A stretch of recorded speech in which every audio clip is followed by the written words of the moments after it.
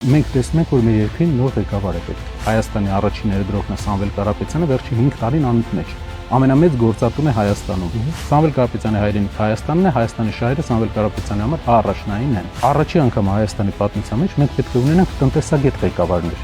որովհետև մեր երկրի հիմնական խնդիրը տնտեսությունն է։ Գիտեք, ինչքան է Հայաստանում թոշակների վճար ընդհանուր 290 միլիարդ։ Այսինքն, եթե այս աճը 18 թվականից հետո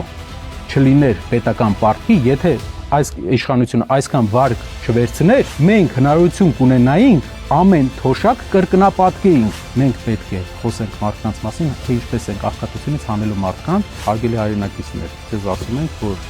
դուք, եթե ունեք փոքր բիզնես, դուք հարկ չեք վճարելու։ Ամենաառաջնային խնդիրը, որ մենք տեսնում ենք, այս իշխանության փոփոխությունը, քանի որ այս իշխանությունը սպառում է ոչ միայն երկրի տնտեսական խնդիրներին, այլ նաև ընդհանուր ինքնագիտակցության վտանգ ենք մենք զգում ազգային։ Նոր ղեկավար որպես այդպիսի մենք դիտարկում ենք Սամվել Կարապետյանին եւ հասարակության նշանակալի մասը։